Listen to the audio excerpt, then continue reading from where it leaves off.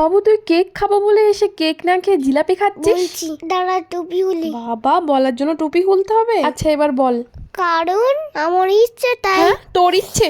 ও বাবা তাহলে আর কি বলি বল, তাহলে খা। তাই কেকের থেকে বেশি তোর জিলাপি ভালো লাগে? তোর এত জিলাপি কেন ভালো লাগে বাবু? জানি না, তোমার খেতে দাও তো। আচ্ছা খা খা, খাওয়ার সময় আর ডিস্টার্ব করবো না। তাহলে বল জিলাপি খেয়ে আর কিছু খাবি না তো? কেক খাবি না তো আর?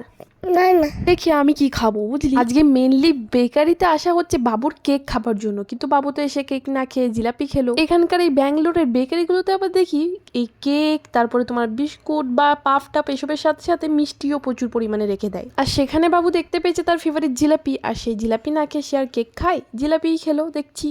তার মানে বোধহয় কেকের থেকে ওর জিলাপি বেশি পছন্দ। বিভিন্ন রকমের বিস্কুট, বিভিন্ন ধরনের বেকারি জিনিসপত্র ছিল। আর বাবুর বাবা তার ফেভারিট এগ পাফ নিয়েছিল। তুমি কিছু খাবি না? আমি হ্যাঁ হ্যাঁ হ্যাঁ ভাবছি কি খাবো।